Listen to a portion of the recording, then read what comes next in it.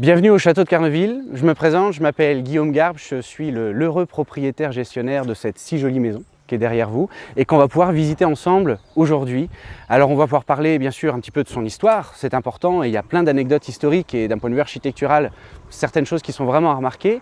Quelques beaux décors, puisqu'on a encore tous les salons du XVIIIe siècle du rez-de-chaussée de l'aile Est avec une particularité qui sont les entresols, l'équivalent on pourrait dire d'un hôtel particulier qui est inclus dans le château. On va pouvoir aller voir des parties qui, pour le coup, après, sont beaucoup plus en travaux, puisqu'on vient de se battre contre une invasion de mérule, qui est un champignon qui mange le bois. Le champignon faisait plus de 1000 m². Quand on fait les choses à Carneville, on les fait bien. Donc on a un champignon, on y va sur 1000 m². Mais ce n'est pas que ces aspects-là dont on va pouvoir parler ensemble aujourd'hui, c'est aussi le projet de revitalisation d'un monument historique de campagne. Le château de Carneville, c'est un lieu où, avec toute l'équipe du château, dont on pourra parler, on a la ferme intention de vouloir entretenir la légitimité de cette fierté que les gens peuvent avoir pour le petit patrimoine de campagne. C'est notre mission, c'est d'accorder un devenir au lieu en sensibilisant au maximum la population autour. C'est un sacré parcours, un sacré projet de vie, on est nombreux à s'y investir et maintenant ce que je vous propose c'est qu'on commence la visite. Alors aujourd'hui c'est une journée où le parc est fermé au public, où il n'y a pas de dynamique touristique et pourtant le lieu ne s'arrête pas pour autant et vous voyez il y a toujours plein d'animations. Là, on est en pleine préparation de la fête du village, avec le comité des fêtes du village de Carneville. Et voilà, on rentre à l'intérieur de la maison. La première des pièces, c'est le vestibule d'entrée, qui donne tout de suite une tonalité de l'histoire récente de cette maison. Alors, son patrimoine, bien sûr, avec quelques meubles qui ont été remis en place, comme cette lanterne qui était là avant qu'on arrive, ou une lanterne à mufle de bélier, Louis XVI, ou autrement la table de retour de chasse, Louis XV, qui est juste derrière. Mais on voit aussi que il y a des enduits qui manquent, et il y a même des morceaux de plancher qui manquent. Ça, c'est un autre volet qu'on pourra discuter, mais le chantier qu'on a engagé a loin d'être neutre. Il n'était vraiment pas neutre pour l'identité de cette maison, mais aussi pour son avenir. Alors, après le vestibule d'entrée, on arrive dans la salle des buffets. En fait, Carneville, dans son plan, c'est un plan massé, c'est-à-dire double en profondeur. On pourrait dire que vous avez l'équivalent de 3 façades. La façade qui donne sur la cour, côté sud-ouest, la façade qui donne sur le jardin, côté nord-est. Et la maison est coupée en deux par ce qu'on pourrait appeler une 3e façade, dans le sens du faîtage de la toiture, qui permet de diviser la maison d'un côté jardin pour la réception, avec enfilade de grands salons selon une circulation à la française, qui font 4,80 m sous plafond, et une partie vraiment de vie quotidienne, de vie intime, qui donne sur le côté de la cour, en plein face à la course du soleil, donc des appartements qui sont très agréables et très lumineux, et qui donnent aussi sur l'activité de la cour des dépendances. Alors, cette salle des buffets, c'est généralement, quand il y avait une réception au XVIIIe siècle, la première des pièces par laquelle les gens rentraient, et bien souvent c'était là où on mettait les plus beaux meubles. Alors la notion du mobilier est un peu problématique à Carneville, puisqu'on a dû financer un énorme chantier et donc vendre beaucoup de choses que l'on avait. Mais ce qui marque vraiment le succès de ce projet, et au bout de 12 ans de la reprise de ce monument, je pense qu'on peut en toute légitimité commencer à parler de succès. C'est qu'il y a une énorme synergie qui s'est créée autour du monument.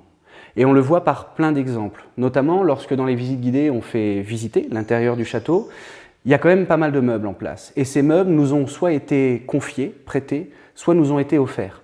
Par exemple, comme cette maquette du Soleil Royal, qui est fleuron de la flotte de Louis XIV, qu'on a placé ici en plein milieu de la perspective, à la française.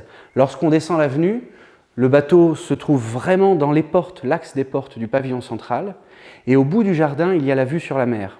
En descendant l'avenue, il arrive un degré où la quille du bateau se pose sur la ligne d'horizon de la mer. Alors, dans l'image et dans la poésie, c'est joli, mais dans le symbole aussi, puisque ce bateau est passé à 3 reprises, juste au bout du parc, et il a fini sa vie, sa course, dans la rade de Cherbourg, où il a sombré et où il y est toujours.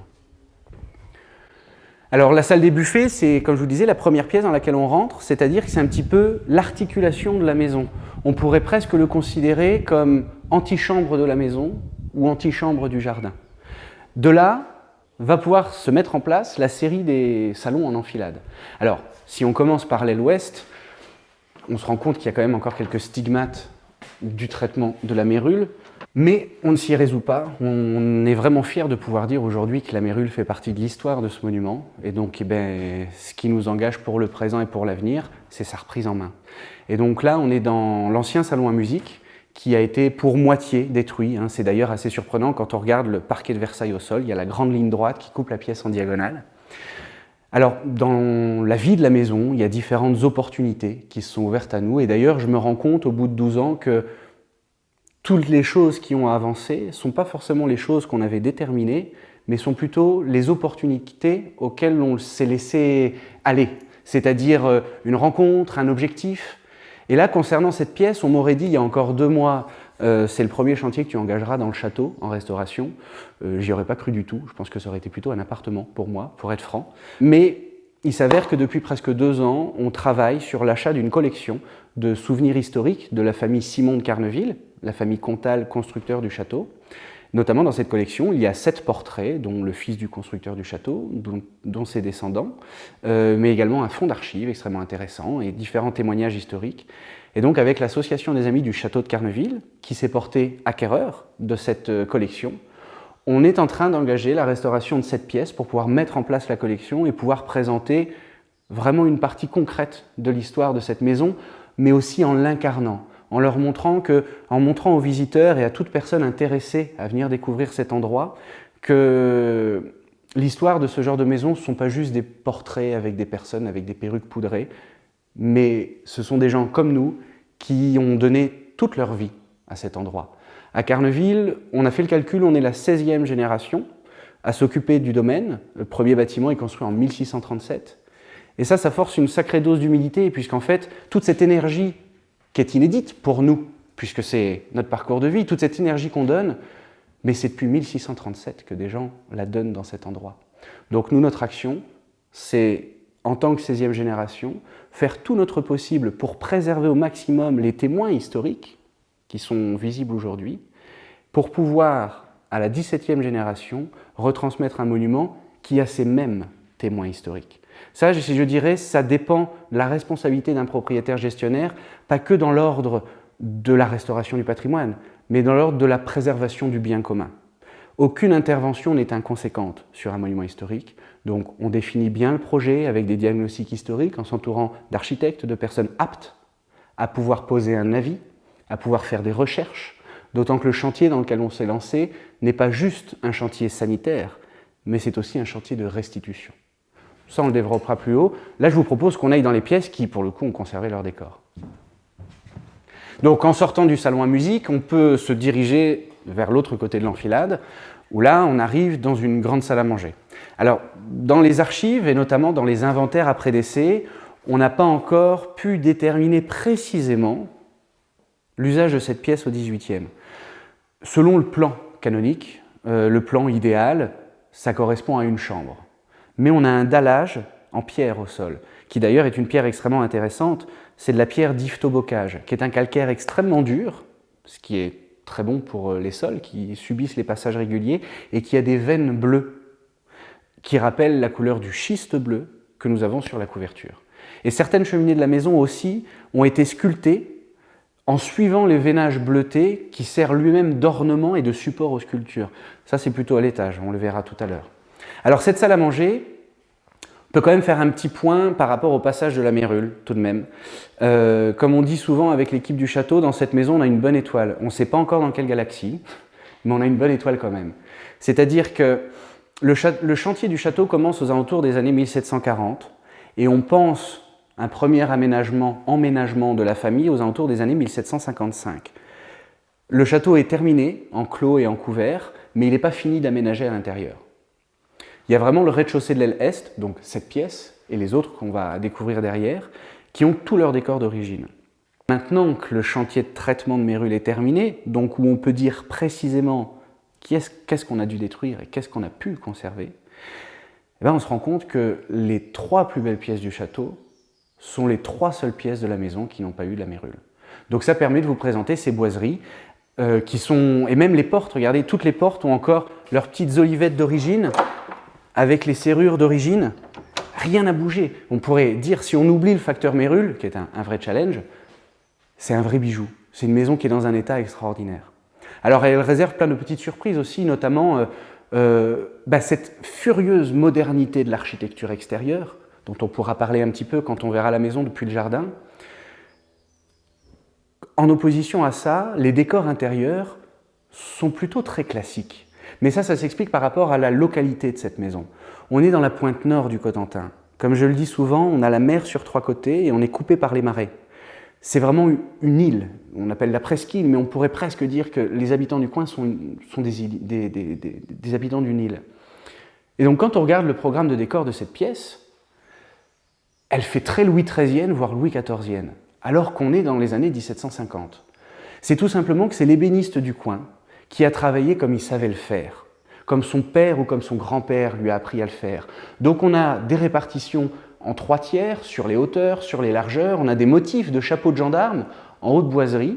Par contre, quelques petits motifs vraiment Louis XV, juste parsemés ça et là. Tout simplement parce que l'ébéniste a certainement feuilleté des manuels comme les Roubaud, qui sont des manuels de menuiserie, ou a certainement vu des gravures qui circulaient à l'époque, et donc il a repris des éléments d'ornement contemporains en les intégrant dans une technique de travail qu'il maîtrisait. Si on regarde par exemple le haut des motifs des portes, qui est très violonné, ou bien les feuilles d'acanthe enroulées sur les plafonds, là on est clairement dans les années 1750 pour un reste de programme de décor qui a presque 100 ans de trop. On pourrait dire c'est comme si aujourd'hui on construisait une maison au cube et qu'à l'intérieur on l'envisageait qu'en meuble vintage. Oui, c'est peut-être pas si incongru que ça. Oui, il y a aussi des gens qui font ça. Mais voyez, voilà, on fait comme pour le XVIIIe siècle, on conjugue des choses extrêmement modernes et des choses qui sont rassurantes par tradition. Alors dans les surprises d'aménagement, il y a les passages dérobés qui permettent de passer de la partie grand salon, réception, aux appartements privés. Alors, un passage dérobé n'est pas un passage secret, bien sûr. Admettons qu'on est curieux au XVIIIe, on a envie de pousser la porte et on se dit, tiens, on arrive sur un placard. Nous, on sait très bien qu'il y a de grandes chances pour que le fond du placard soit creux, ce qui est le cas. Du coup, on tire le fond du placard et on retombe encore dans un autre placard. Et là, ce que je vous propose, c'est de me suivre dans ce deuxième placard. Car lorsqu'on va sur la gauche, ça sonne toujours le creux et on arrive dans les appartements en entresol. Contrairement à ce qu'on pourrait s'imaginer quand on arrive par l'avenue principale et quand on regarde la façade dans la cour d'honneur, eh bien cette partie-là de la maison, qui est sur l'aile est, comporte 6 niveaux. Vous avez le niveau des caves, presque 5 mètres sous plafond, ce niveau des entresols, avec ici la petite chambre à alcôve. Au-dessus, vous avez l'appartement de la dame de compagnie, de la comtesse de Carneville, plus sa garde-robe. Encore au-dessus, vous avez les chambres de maître. Encore au-dessus, les chambres de bonne. Et encore au-dessus, le comble des chambres de bonne. Ça fait donc 6 niveaux pour cette maison. Lorsqu'on arrive sur place, je pense que l'une des choses les plus touchantes dans l'architecture de Carneville, c'est que c'est une maison extrêmement symétrique, donc qu'on peut cerner en un regard, qu'on peut comprendre en un regard. Mais il ne faut pas s'y détromper, puisque lorsqu'on rentre à l'intérieur, tous nos sens sont perdus et on se retrouve dans une maison qui nous paraît encore beaucoup plus grande que l'impression qu'on avait en arrivant. Alors si on continue cette visite, on peut arriver là dans le cabinet d'angle. Alors une pièce au XVIIIe siècle n'a pas forcément d'usage fixe. Oui, une chambre est une chambre, oui, un salon est un salon, mais une salle à manger peut être itinérante, un bureau aussi. Et donc lorsqu'on lit les inventaires après décès concernant cette pièce, on se rend compte déjà qu'elle est tout le temps nommée cabinet d'angle. Bien sûr, un cabinet, ça laisse la porte ouverte à tout usage. Et pourquoi d'angle? Puisqu'on est sur la chaîne d'angle, exactement posée au sud du château. Elle a un dallage au sol. C'est pas un plancher, c'est-à-dire qu'on n'est pas sur une chambre ou sur une pièce vraiment dédiée au confort. Quand on regarde les inventaires après décès, on se rend compte que cette pièce, eh bien, on peut y dresser 2 tréteaux, mettre une table et ça peut devenir une petite salle à manger. Ou bien si Madame de Carneville a de la correspondance à répondre, on y aménage un bureau et elle peut y poser ses lettres. Ou si elle souhaite prendre un bain, eh bien, cette pièce devient une salle de bain. Sur le mur, là, le tableau est accroché à un énorme crochet en métal qui est un crochet de dé de bain. Un dé de bain, vous savez, un cercle en métal qu'on vient accrocher. En dessous, on y mettait la baignoire et sur le cercle de métal, on venait mettre un lange. Ensuite, on remplit la baignoire avec une eau extrêmement chaude et le lange qui vient le recouvrir n'est pas tant pour préserver une notion d'intimité, mais plutôt pour préserver la chaleur de l'eau. On pourrait presque dire que c'est un hammam, entre guillemets. Alors ce qui est charmant, c'est que dans chacune de ces pièces, qui sont pour le coup très basses sous plafond, ça c'est pour des normes de confort, on est en plein face à la course du soleil, donc le moindre rayon de soleil comme aujourd'hui rend la pièce extrêmement agréable. Toutes les fenêtres ont leur volet d'intérieur, ça c'est quelque chose qu'on trouve vraiment beaucoup au nord de la Loire, pour une raison très pratique, et l'histoire, il faut bien souvent la regarder d'un point de vue pratique et ne pas la fantasmer, si on met des volets en extérieur. En plein hiver, on passe notre journée à chauffer la pièce. On va se coucher le soir. S'il faut ouvrir en grand la fenêtre pour fermer les volets, c'est quand même bien dommage. Par contre, si vous avez des volets intérieurs, vous pouvez les refermer directement, les boucler avec la crémone, et vous avez maintenu toute la chaleur de la pièce. Et ces chaleurs peuvent être émises par toutes les cheminées, il y en a 27 en tout dans la maison, qui sont bien sûr toutes en proportion des pièces. Celle-ci est d'ailleurs particulièrement charmante. Elles sont, on pourrait dire, traitées comme du mobilier, puisqu'elles ont un dessus en marbre, et les jambages sont faits en pierre calcaire, soit de la pierre de Valogne, Valogne est une ville importante historiquement pour nous, qui est à une trentaine de kilomètres, et aussi cette pierre d'Yvetot-Bocage dont je parlais tout à l'heure, qui est à peu près le même gisement, mais avec une densité largement supérieure, et avec ces fameux vénages bleus dont je vous parlais. Alors, pour une anecdote sur les cheminées, où vous en trouverez un écho plus haut, lorsque je suis arrivé ici il y a 12 ans, j'ai voulu allumer des feux de cheminée.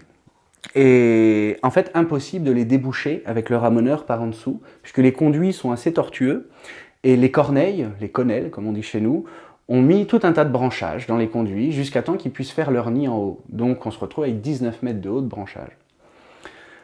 Dans le chantier de restauration, dans lequel on s'est engagé pour sauver le logis principal, on a échafaudé les cheminées en toiture pour les refaire, et donc on s'est dit c'est l'opportunité de faire revenir le couvreur pour déboucher les cheminées par le haut. Impossible de les déboucher par le haut.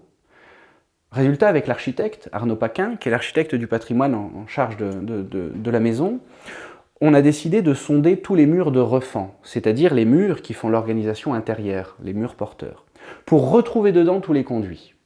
Et on s'est rendu compte qu'il y a un système de chauffage central dès la conception de la maison au XVIIIe siècle. Un exemple, cette petite cheminée qui est juste là, ou bien celle qui est dans le petit salon où on était tout à l'heure, en couverture, il y a une cheminée juste au-dessus.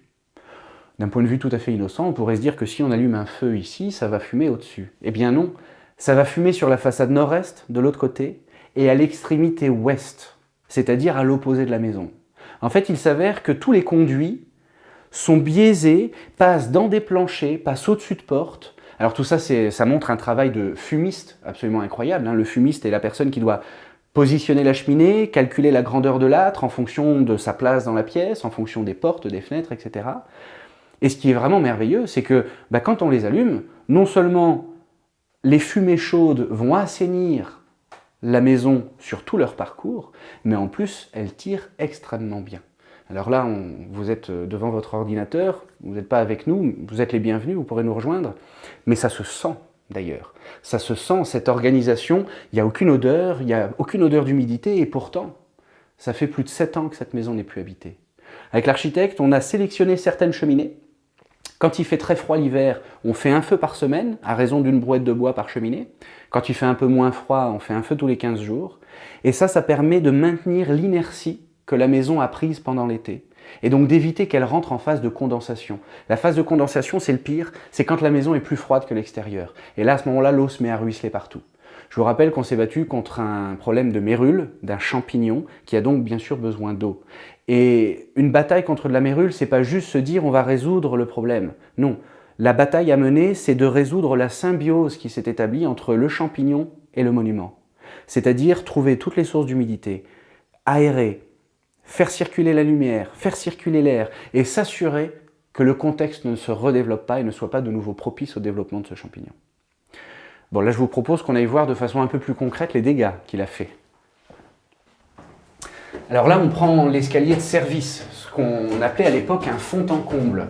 Pourquoi ? Parce qu'il part du fond de la maison pour aller jusqu'au comble. Et d'ailleurs, quand on fait les visites guidées, j'aime bien faire des petits parallèles comme ça avec des choses très concrètes d'aujourd'hui, et cette fameuse expression de « j'ai tout refait de fond en comble » ou « j'ai tout nettoyé de fond en comble », en fait ça vient vraiment de là, c'est-à-dire que vous partez du fond de la maison, ces caves, pour monter jusqu'au comble. Alors, comme je vous le disais, c'est une fausse petite maison, puisque là, pour monter jusqu'en haut, nous avons les 6 étages à monter. Alors là, on prend l'escalier de service, l'escalier de fond en comble, on ne prend pas l'escalier d'honneur, puisqu'il est en bois, et je vous rappelle que la mérule est passée par là. Alors en arrivant à l'étage, je vais fermer la porte, vous allez voir le grand couloir. En fait, c'est ce qui est intéressant, c'est que l'architecte du château est probablement un architecte militaire, un ingénieur militaire. Et concernant l'organisation de l'étage, on est presque au modèle d'une caserne, c'est-à-dire un grand couloir central avec des chambres des appartements qui sont desservis de chaque côté. Tout ce qui va donner sur le côté sud-ouest, c'est-à-dire sur la cour, est aménagé au XVIIIe siècle. Donc on peut aller voir ensemble. Il y a les fameuses cheminées en pierre d'Yvetot-Bocage avec les veines bleues. Regardez, alors là, elles ne sont pas cirées. Ça fait maintenant 7 ans que la maison n'est plus habitée. Je compte bien un jour remettre en vie tout ça. Mais vous voyez, les veines bleues viennent suivre les motifs de sculpture. Vous avez les trumeaux, vous avez des petits lambris-bas. Il ne faut pas oublier qu'on est dans un château de la pointe nord du Cotentin. Et donc, on est quand même avec une famille constructeur assez rustique. Alors qu'il y a une ascension sociale fulgurante au cours du XVIIIe siècle. D'ailleurs, le constructeur, Charles-François Simon de Carneville, est capitaine des gardes-côtes du roi, attaché au fort de Saint-Valahougue, site actuellement classé UNESCO, qui est à une vingtaine de kilomètres d'ici, avec des tours Vauban. Il fait construire le château pour vraiment ancrer sur son fief cette ascension sociale. Ils deviennent confidents du comte d'Artois, etc. Frère de Louis XVI. Donc c'est une famille qui au départ est très rustique de la pointe nord du Cotentin et qui va vraiment s'ouvrir. Le fils du constructeur du château épouse la fille du prince de Lichnowsky, famille autrichienne extrêmement importante. Le second manoir, qui est un logis seigneurial qui date de 1637, est beaucoup trop rustique. On ne peut pas s'en satisfaire à l'époque, donc c'est pour ça qu'il décide de construire le château. Mais on n'est pas parti sur un château avec des ornements partout, avec des mascarons au-dessus de chaque fenêtre, ou avec, dans les chambres, des boiseries absolument extraordinaires. Non, c'est à la mesure de l'identité de notre territoire. Bien sûr, une jolie cheminée, des lambris-bas, probablement des tissus tendus en simèse, et voilà tout. C'est pas dans ce genre de maison-là qu'on pouvait trouver du mobilier en bois doré, ou tout un tas de mobilier et d'ornements qui ne sont pas, en fait, qui ne correspondent pas au caractère des constructions du Cotentin. Alors, vous avez un aperçu ici, on le développera plus loin, mais en réalité, tout le long de la façade sud-ouest, nous avons été obligés d'isoler les planchers de la façade. Donc là, de façon très mesurée, c'est-à-dire une cinquantaine de centimètres, alors ce qui ne fait pas notre affaire, puisque les solives sont quand même coupées très courtes, donc on va être obligé de les remplacer intégralement, même s'il en manque que 50 centimètres. Mais vous allez voir que sur l'autre partie de la maison, là on est plutôt sur 1 mètre, 1 mètre 50 d'isolation des planchers de la façade. Il faut bien imaginer qu'une maison qui fait à peu près 1400 mètres carrés au sol et qui reçoit un champignon qui fait plus de 1000 mètres carrés en déployé, donc pas juste en superficie au sol, mais également en comptant les murs, etc., ben ça veut dire qu'un bon 2/3 de la maison est attaqué quand même. Alors dans la suite de cette gestion de travaux, je vous propose qu'on monte rapidement dans les combles, dans les greniers. Bien sûr, quand on parle de mérules et qu'on sait que ça mange le bois, tout de suite, sur une charpente, on craint énormément. Mais il s'avère qu'en bilan de chantier, on s'est rendu compte qu'on pouvait conserver plus de 90% de la charpente d'origine. Je vais vous montrer le travail qui a été fait et que je trouve vraiment beau en qualité, qui est une préservation des savoir-faire, bien sûr, mais qui nous permet d'être beaucoup plus sereins pour le prochain siècle pour cette maison. Alors, nous voici donc pour les parties chambre de bonne à l'avant-dernier niveau de la maison. En fait, l'équivalent d'un tiers de la maison est aménagé avec les chambres de bonne qui se répartissent de chaque côté, qui sont bien sûr indépendantes de l'appartement du majordome qui lui est dans la cave du château, avec jolie cheminée en stuc, etc. Une fois qu'on passe ce premier tiers, on arrive ici dans le corps central. D'ailleurs, on voit au niveau des charpentes les accroches de faîtage des frontons. Vous avez celui nord-est côté jardin à ma droite, et celui qui est très intéressant, c'est celui côté sud-ouest, où là, on a vraiment la reprise des différents travaux, et l'un des points principaux d'attaque de champignons était sur cette partie-là. Résultat, comment passer de 4,80 m sous plafond à plus de 12 mètres? Avec un peu de mérule, on y arrive. Lorsqu'on se penche ici, on a vue directe sur le vestibule d'entrée. Et alors, en qualité de restauration de charpente, je voudrais quand même vous montrer ce que j'ai appris pendant le chantier, parce que c'est une école extraordinaire que de pouvoir gérer un monument historique. J'ai appris ce qu'était qu'un trait de Jupiter. Venez voir.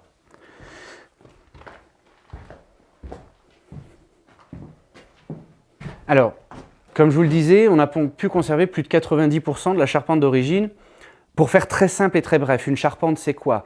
Ce sont 2 arbalétriers avec une entrée qui vient fermer la triangulation.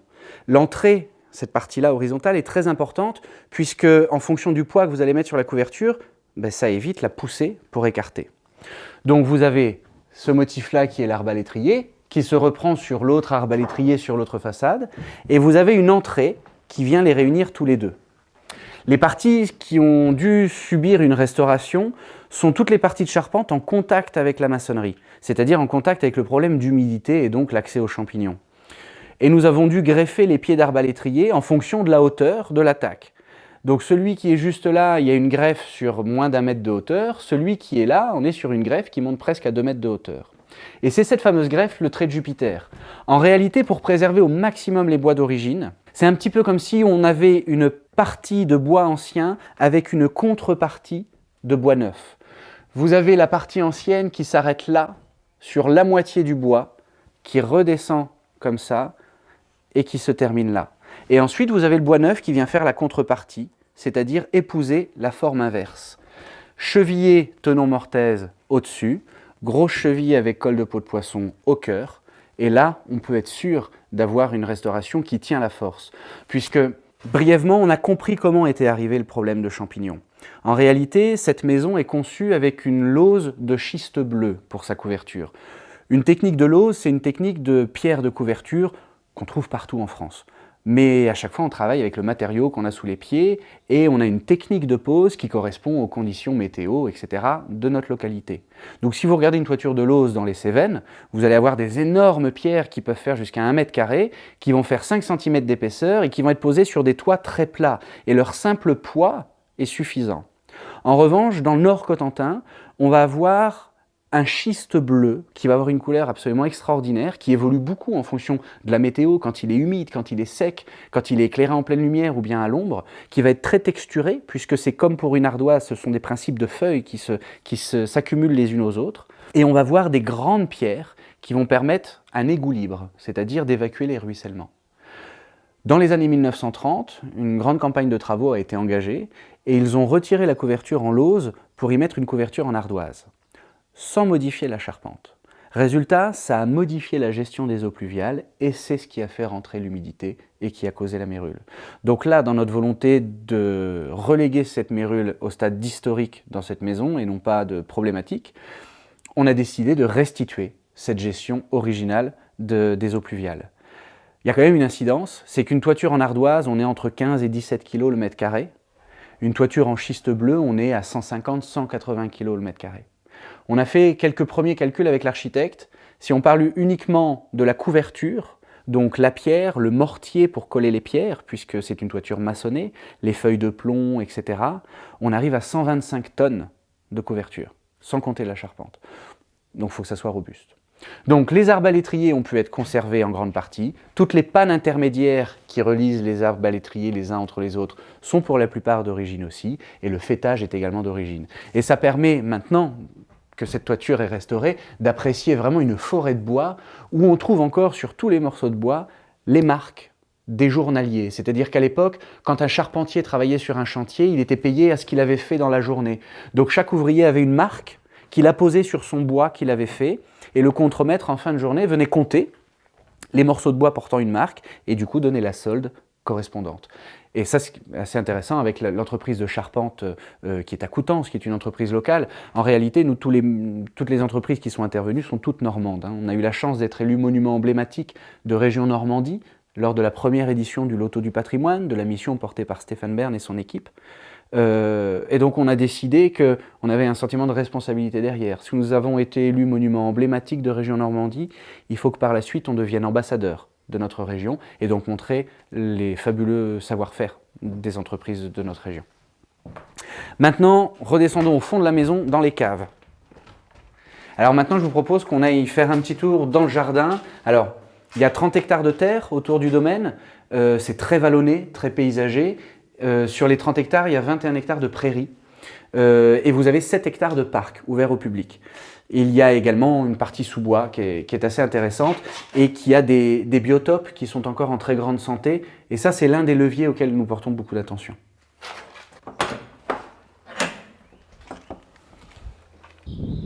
Alors, pour avoir un aperçu complet du parc, il va falloir que vous veniez nous voir. On ne pourra pas faire autrement, on ne peut pas, en un reportage de quelques dizaines de minutes, vous montrer la diversité des paysages.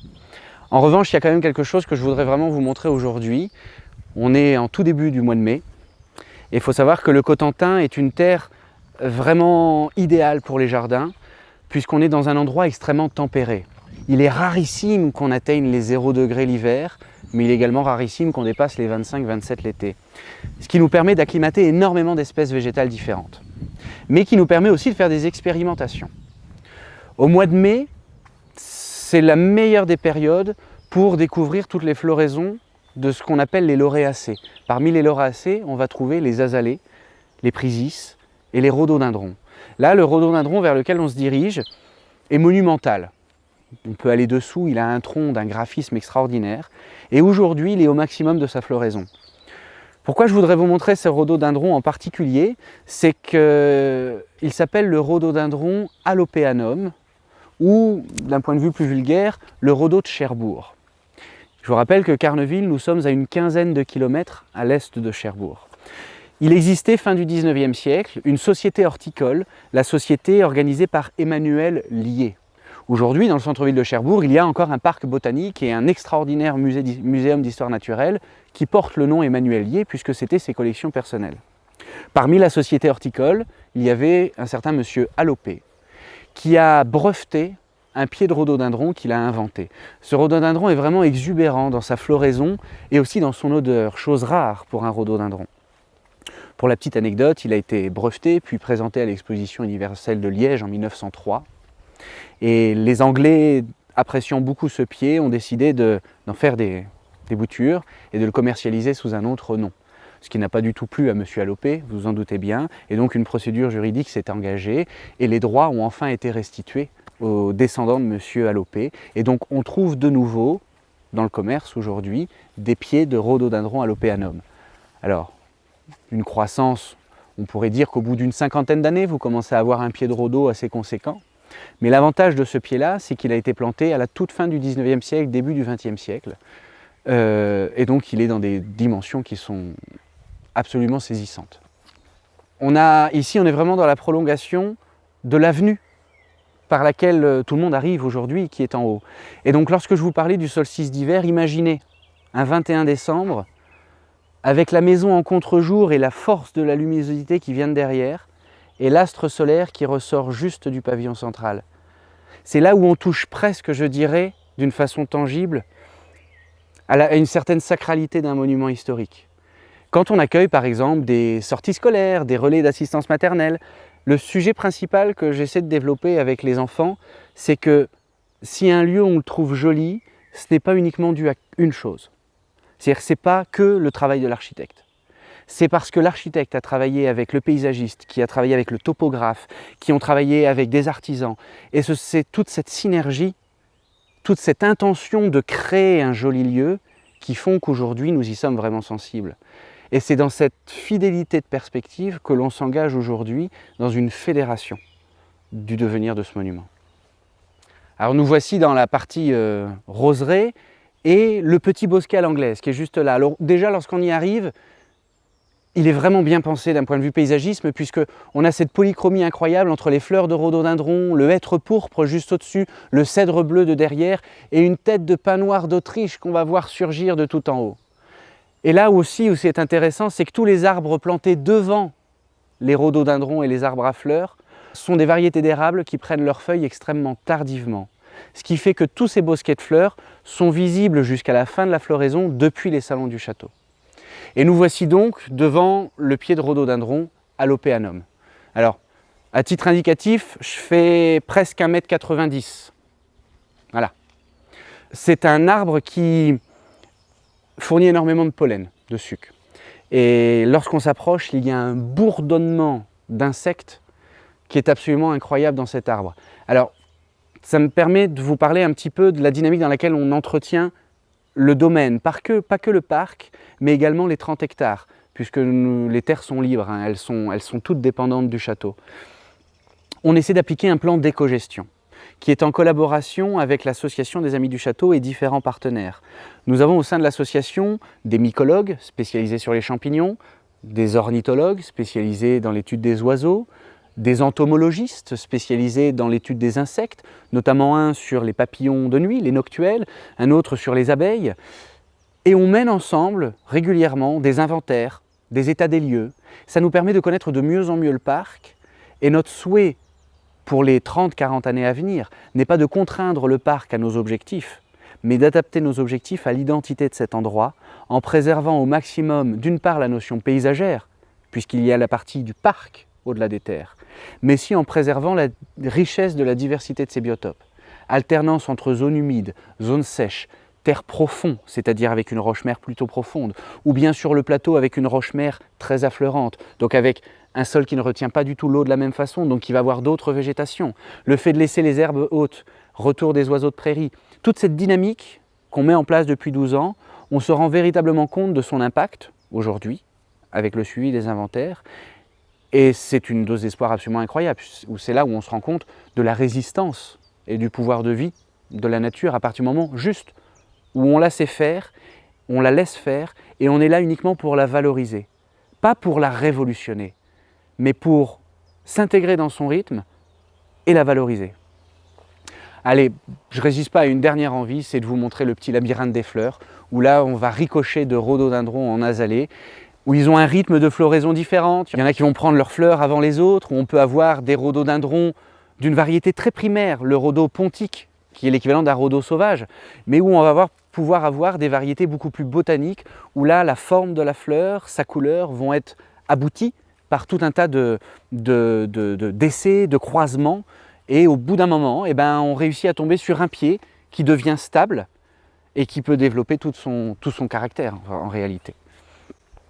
Alors il y a un rythme de floraison, on a les camélias qui eux seront plutôt en fleurs durant l'hiver, on a cette série de rhododendrons, d'azalées, où on tombe sur différentes formes, et notamment un arbre là qui commence à être très joli, c'est un azalée arbustif qui est de couleur vraiment absolument incroyable, d'un orange fluo comme celui-ci, où là on va pouvoir avoir voilà, aussi bien une forme de fleur qu'une odeur qui est vraiment fantastique.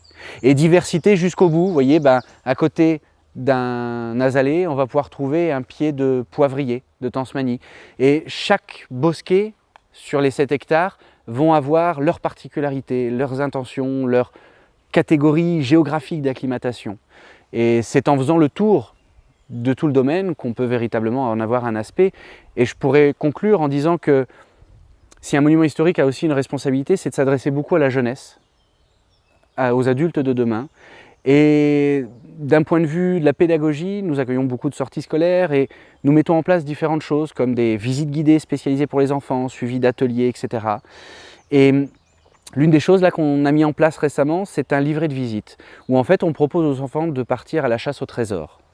Donc ils font tout un parcours dans les bâtiments, dans le parc, pour in fine se rendre compte que le trésor qu'ils ont à découvrir à Carneville, c'est pas un coffre avec des pièces.